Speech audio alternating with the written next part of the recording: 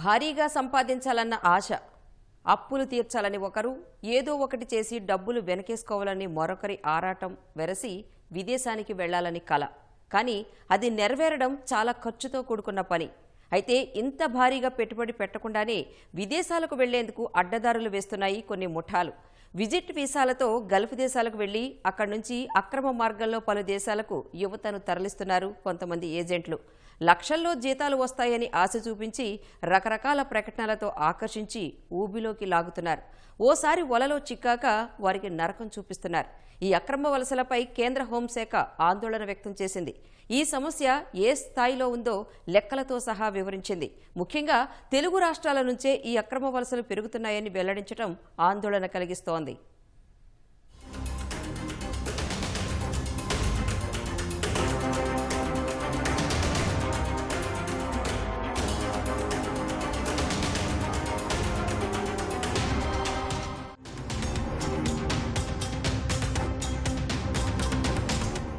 విదేశంలో పెద్ద ఉద్యోగం, మంచి జీతం, వెళితే చాలు లైఫ్ సెటిల్ అయిపోతుంది. ఇలాంటి ఎన్నో అంచనాలు, ఆశలు. ఏదో ఒక ఉపాధి దొరికితే చాలు అనుకుంటోంది యువత. ఉన్న దేశంలోనే ఉద్యోగం చేసుకుంటే పర్వాలేదు, కాని స్థాయికి మించిన అంచనాలు, ఆశలు పెట్టుకుంటున్నారు కొంతమంది యువతీ యువకులు. అదే కొందర్ని అడ్డదారులు తొక్కిస్తోంది. మరికొందర్ని కష్టాల ఊబిలో చిక్కుకునేలా చేస్తోంది. ఉద్యోగం పేరుతో అక్రమ మార్గాల్లో విదేశాలకు వలస వెళుతున్నారు. చివరకు అక్కడ పడరాని పాట్లు పడుతున్నారు. ఏజెంట్ల చేతిలో మోసపోయి ఏం చెయ్యాలో అర్థంకాక నరకం చూస్తున్నారు. ఇవి స్వయంగా కేంద్ర హోంశాఖ వెల్లడించిన నిజాలు. భారత్ నుంచి యువత విదేశాలకు అక్రమంగా వెళుతున్నారని, అందులో తెలుగు రాష్ట్రాల యువతే అధికంగా ఉంటుందని స్పష్టం చేసింది హోంశాఖ. ఇటీవల రాజ్యసభలో కేంద్రం వెల్లడించిన వివరాల సారాంశమే ఇది. ఈ రిపోర్ట్లో ఇంకా ఏముందో వివరంగా చూద్దాం.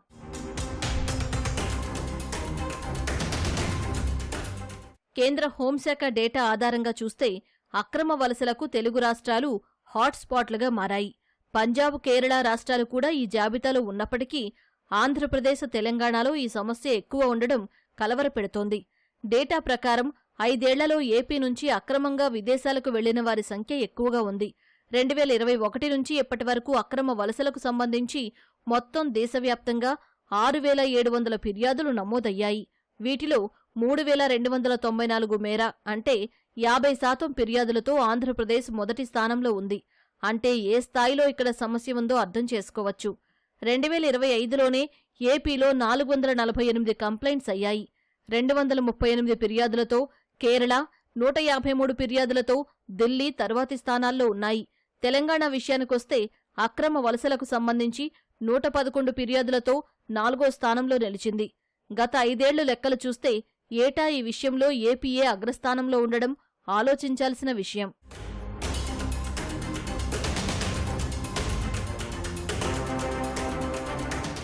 ఈ ఫిర్యాదుల్లో 19 కేసులలో చర్యలు తీసుకున్నట్టు ఆంధ్రప్రదేశ్ పోలీసులు వెల్లడించారు. తెలంగాణ కూడా 47 కేసులపై స్పందించింది. నమోదవుతున్న ఫిర్యాదులకు, తీసుకుంటున్న చర్యలకు పొంతన కుదరడం లేదన్న వాదనలు వినిపిస్తున్నాయి. అసలు ఈ స్థాయిలో అక్రమ వలసలు ఎలా నమోదవుతున్నాయి? యువత ఎలా మోసపోతోంది? ఇవన్నీ ఆరా తీస్తే కొన్ని కీలక విషయాలు వెలుగులోకొస్తాయి. ఈ స్థాయిలో రిక్రూట్ చేసుకోవడం, వాళ్లని విదేశాలకు అక్రమంగా తరలించడం అనేది ఒకరిద్దరితో అయ్యే పని కాదు. ఓ పెద్ద నెట్వర్క్ కనుసన్నల్లో ఇదంతా జరుగుతూ ఉంటుంది. విదేశాల్లో ఉద్యోగం కోసం ఆరా తీసేవారే ఈ నెట్వర్క్ టార్గెట్. ఇలాంటి వాళ్లు కనబడితే చాలు వెంటనే వలలోకి లాగేస్తారు. ఫలానా చోటుకు వెళితే లక్షల రూపాయల జీతం తీసుకోవచ్చని ఆశ పెడతారు ఏజెంట్లు. అంత మొత్తంలో జీతం వచ్చే ఉద్యోగం రావాలంటే భారీగా పెట్టుబడి పెట్టాల్సి వస్తుందని చెబుతారు. ఆ ఖర్చు అని, ఈ ఖర్చు అని చెప్పి లక్షలాది రూపాయలు వసూలు చేస్తారు. నకిలీ డాక్యుమెంట్స్ సృష్టిస్తారు. వీటి ద్వారా టూరిస్ట్ లేదా విజిట్ వీసా తీసుకుంటారు. అక్కడ్నుంచే మొదలవుతుంది ఈ ఏజెంట్స్ ఆట.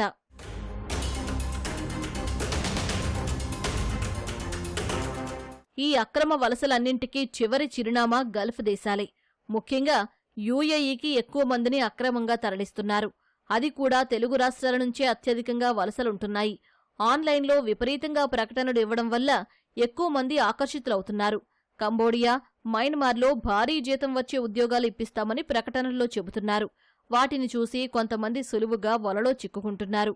గల్ఫ్ దేశాలకు విజిట్ వీసా ద్వారా వెళ్లి అక్కడ్నుంచి అక్రమ మార్గంలో కంబోడియా, మయన్మార్కు చేరుకునేలా ఏర్పాట్లు చేస్తున్నారు ఏజెంట్లు. ఇలా అడ్డదారుల్లో దేశాలు దాటుతున్న సమయంలోనే అక్కడి ఇమిగ్రేషన్ అధికారులు గుర్తించి అదుపులోకి తీసుకుంటున్నారు. ఆ సమయంలోనే ఆ నెట్వర్క్ బండారం అంతా బయటపడుతోంది. గత ఏడాది నమోదైన ఫిర్యాదులన్నీ ఇలా వెలుగులోకొచ్చినవే. ఇక్కడ మరో కీలకమైన విషయమేంటంటే, సాధారణంగా ఈ తరహా అక్రమ వలసలు నకిలీ ఏజెంట్ల ద్వారా జరుగుతాయని అనుకుంటారు. కానీ రిజిస్టర్డ్ ఏజెంట్స్ కూడా వ్యవస్థలోని కొన్ని లోపాలు అదునుగా చూసుకుని చేతికి అందిన కాడికి దండుకుంటున్నారు. ఇందుకోసం వాళ్లు ఉపయోగించే అస్త్రం V2E, అంటే విజిట్ టు ఎంప్లాయ్మెంట్. ఈ ప్రోగ్రాంలో భాగంగా అభ్యర్థులను 30 రోజుల విజిట్ వీసా ద్వారా విదేశానికి పంపుతారు. ఆ తర్వాత వాటిని అనధికారికంగా పొడిగిస్తారు. ఉద్యోగం కోసం ఇలా గడువు పెంచుతూ ఉంటారు. అయితే ఈ వ్యవహారమంతా సబ్ ఏజెంట్స్ చేతుల మీదుగా నడుస్తుంది. ఇమిగ్రేషన్ యాక్ట్ 1983 ప్రకారం సబ్ ఏజెంట్ నెట్వర్క్పై పూర్తిస్థాయిలో నిషేధం ఉంది. అయినా జరగాల్సిన పనులు జరుగుతూనే ఉన్నాయి. కాంబోడియా, మయన్మార్తో పాటు మలేషియా, అమెరికాకు కూడా ఈ తరహా అక్రమ వలసలు పెరుగుతున్నాయి. ఎవరికంటా పడకుండా అక్రమ మార్గంలో కంబోడియా, మయన్మార్కు వెళుతున్నారు కొంతమంది. వాళ్లు ఎదుర్కొనే ఇబ్బందులు అన్నీ ఇన్ని కావు. దారుణాతి దారుణంగా వ్యవహరిస్తాయి అక్కడి ముఠాలు. మానవ అక్రమ రవాణా నుంచి సైబర్ నేరాలకు పాల్పడ్డం వరకు అన్ని రకాల పనులు చేయిస్తారు ముఠా సభ్యులు. వచ్చింది అక్రమ మార్గంలో కావడం వల్ల ఎవరికీ ఫిర్యాదు చేయడానికి కూడా ఉండదు. ఆన్లైన్ స్కామ్స్, గ్యాంబ్లింగ్ లాంటి వాటిలోకి దించుతారు. ఇక ఈ అక్రమ వలసదారుల్లో మహిళలు, చిన్నారులకు ఇంకో నరకం. లైంగికంగానూ వీరిని తీవ్రంగా వేధిస్తారు. నెలవారీ టార్గెట్లు పూర్తి చేయకపోయినా, అక్కడ్నుంచి పారిపోవాలని చూసినా భౌతిక దాడులకు దిగుతారు. అక్కడి పోలీసులకు ఫిర్యాదు చేస్తే ఎక్కడ తమను కూడా అరెస్టు చేస్తారేమో అన్న భయంతో నోరు మెదపకుండా ఉండిపోతున్నారు. కనీస సౌకర్యాలు లేకుండా తీవ్ర అవస్థలు పడుతుంటారు. వర్క్ పర్మిట్ తీసుకుని అధికారికంగా ఈ దేశాలకు రావడం చాలా ఖర్చుతో కూడుకున్న పని. అందుకే అడ్డదారిలో వచ్చేందుకు ప్రయత్నించి ఇలా ఊబిలోకి దిగుతున్నారు బాధితులు. పైగా చాలా మందికి అవగాహన లేక ఈ వలలో చిక్కుకుంటున్నారు. ముందు ఏం చెప్తారంటే 3 times 4 times ఎక్కువ సంపాదించవచ్చు, విజిట్ వీసా మీద అక్కడికి వెళ్ళి అక్కడ వర్క్ చేసుకోవచ్చు అని చెప్తారు. అక్కడికి వెళ్ళిన తర్వాత it's a different scenario. I don't blame employees, ఇక్కడ ఉన్న వాళ్ళ యువతను కానీ లేకపోతే ఇక్కడ ఉన్న వాళ్ళని అనట్లేదు. మెయిన్ కల్ప్రిట్స్ ఎవరంటే ఇక్కడ ఉన్న కన్సల్టెన్సీస్ అని నేను అంటారా. సో అందుకే ఎవరైనా సరే వేరే కంట్రీకి వెళ్ళాలనుకున్న, జాబ్ ఆఫర్ ఉంది, ఇలా ఉంది అని చెప్పినప్పుడు ఏంటంటే రెడ్ ఫ్లాగ్స్ ఒకసారి ఆలోచించుకోవాలి. మీరు వెళ్ళేప్పుడు ముఖ్యంగా ఏం చూసుకోవాలంటే, ఎవరైనా వీసా ఇంటర్వ్యూ లేకుండా మీకు ఆఫర్ లెటర్ అన్నా కానీ, లేకపోతే అలాంటి పరిస్థితుల్లో ఏంటంటే మీరు వెబ్సైట్స్ చెక్ చేయాలి. వాళ్ళవి వెబ్సైట్ చెక్ చేసి అది జెన్యూనా కాదా చూడాలి. చూసి వాళ్ళు తొందర పెడతారు. ఎలా అంటే త్వరగా మీరు యాక్సెప్ట్ చేయండి అని చెప్తారు అన్నట్టు. సో ఇవన్నీ మీరు కన్సిడర్ చేసి జెన్యూనా కాదని ఆలోచించుకొని వెళ్ళాలి. కన్సల్టెన్సీస్ చెప్పే మాటలు నమ్మొద్దు. విదేశాల్లో ఉద్యోగం చేసేవారు ప్రవాసీ భారతీయ బీమా యోజన తీసుకుంటే అక్కడ అకస్మాత్తుగా మరణించినా లేదా అంగవైకల్యంతో ఉపాధి కోల్పోయినా 10 లక్షల రూపాయల బీమా అందుతుంది. విజిట్ వీసాలపై ఉద్యోగం కోసం విదేశాలకు వెళ్లిన వారికి మాత్రం ఈ పథకం వర్తించదు. అంటే ఈ బాధితులకు ఈ రక్షణ కూడా ఉండే అవకాశం లేదు. ఈ మైగ్రేట్ పోర్టల్లో గత ఏడాది డిసెంబర్ నాటికి 3505 మేర అనధికారిక ఏజెంట్స్ను నోటిఫై చేసింది కేంద్రం. ఇక ఈ తరహా మోసాల బారిన పడిన బాధితులకు అండగా నిలిచేందుకు కేంద్రీయ ప్రవాసీ సహాయతా కేంద్రాలను ఏర్పాటు చేసింది. కొచ్చి, హైదరాబాద్, చెన్నై, లక్నవూ, పట్నా, చండీగఢ్లో ఈ కేంద్రాలున్నాయి. ఇక్కడే బాధితులకు గైడెన్స్తో పాటు కౌన్సిలింగ్ ఇస్తున్నారు. అయినా అక్రమ ఏజెంట్స్ దందాలు కొనసాగుతూనే ఉన్నాయి. విదేశాల్లో ఉద్యోగం అనేసరికి చాలామందికి అదొక రకమైన ఉత్సాహం, వెళ్ళాలనే కోరిక, తపన ఉంటుంది. ఈ తొందరపాటులో వెళ్ళాలనే ఆలోచనతో సరైన ఇన్ఫర్మేషన్ తెలుసుకోకపోవడం, ఎవరిని అప్రోచ్ అవ్వాలని కరెక్ట్గా తెలుసుకోకుండా జరుగుతున్న మిస్టేక్స్ వల్ల ఇలా జరుగుతుంది. విజిట్ టు ఎంప్లాయ్మెంట్ అనేది యాక్చువల్గా చట్టపరమైనది కాదండి, ఇది చట్ట విరుద్ధమైనది కూడా. అంటే తెలియని ప్రజల్ని, అమాయక ప్రజల్ని, వారికి ఉన్న ఆశని ఎరగా చూపించి ఓన్లీ విజిట్ వీసా మాత్రమే వేసి అక్కడికి వెళ్ళిన తర్వాత జాబ్స్ కల్పిస్తామని చెప్పి కొంతమంది కన్సల్టెంట్స్ అవ్వచ్చు, ఫ్రీలాన్స్ కావచ్చు, ఇలా ప్రజలను తప్పుదారి పట్టిస్తున్నారండి.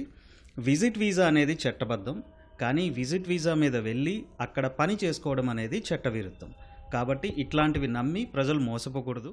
ఇక అమెరికాకు కూడా అక్రమ వలసలు పెరుగుతున్నాయి. డంకీ రూట్లో చాలామంది ఆ దేశంలోకి చొరబడుతున్నారు. పంజాబ్, హర్యానా, గుజరాత్ నుంచి అక్రమంగా వలస వెళుతున్నారు. నెలల పాటు సాగే ఈ ప్రయాణానికి లక్షల రూపాయల ఖర్చవుతుంది. 2024లో 97,000 మంది భారతీయులను అమెరికా సరిహద్దులో పట్టుబడినట్టు లెక్కలు చెబుతున్నాయి. 2025 నాటికి ఈ సంఖ్య 3800గా నమోదైంది. ఈ నెట్వర్క్తో చేతులు కలిపిన వారందరి కూపీ లాగేందుకు ఎన్ఐఏ సహా ఈడీ రంగంలోకి దిగి ఎప్పటికప్పుడు విచారణ చేపడుతూనే ఉంది. క్షేత్రస్థాయిలో ఏం జరుగుతున్నా సరే తెలుగు రాష్ట్రాల నుంచి మాత్రం అక్రమ వలసలు ఆగడం లేదు. ఇప్పుడు కేంద్ర హోంశాఖ స్వయంగా లెక్కలతో సహా ఈ సమస్యను బయటపెట్టడం సమస్య తీవ్రతకు ఓ సాక్ష్యం.